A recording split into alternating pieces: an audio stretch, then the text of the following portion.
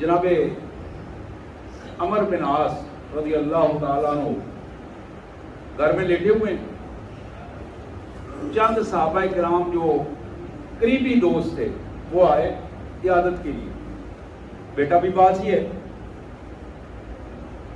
پوچھا کیف انت یا عمر, عمر کیا حال ہے, طبیعت کیسی ہے؟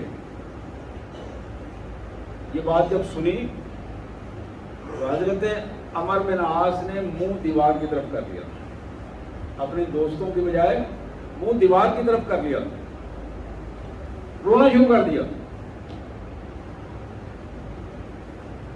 اتنا روئے کہ آواز, رونے کی آواز محسوس ہوئی, ہچکیاں لے کر رونا شروع کیا. ساتھیوں نے کہا وہ خدا کے بندے, تم تو مصر کے فاتح کا ٹائٹل لے کر آئے ہو, اتنا بڑا ٹائٹل, اور پھر رو رہے ہو, موت سے ڈر کے رو رہے ہو, کیا موت قریب آ گئی اور رونا شروع کر دیا؟ تم تو بڑے بہادر ہو, یہ کیا کر رہے ہو؟ بیٹا بھی پاس تھا, اس نے بھی بڑی تسلی دی کہ ابا جی کیوں رو رہے ہیں؟ اللہ کے رسول صلی اللہ علیہ وسلم آپ سے بڑی محبت کرتے تھے, آپ نے بہت ساری باتیں آپ کے بارے میں ارشاد فرمائی ہیں, آپ کیوں رو رہے ہیں؟ جب ساتھیوں نے اصرار کیا تو آپ نے ساتھیوں کی طرف توجہ دلائی, منہ دوسری طرف کیا اور کہا سنو میرے بھائیوں, خدا کی قسم عمر موت سے نہیں ڈرتا. پہلی بات جو تمہیں محسوس ہوئی ہے, مجھے موت سے کوئی خوف نہیں, موت آنی ہے.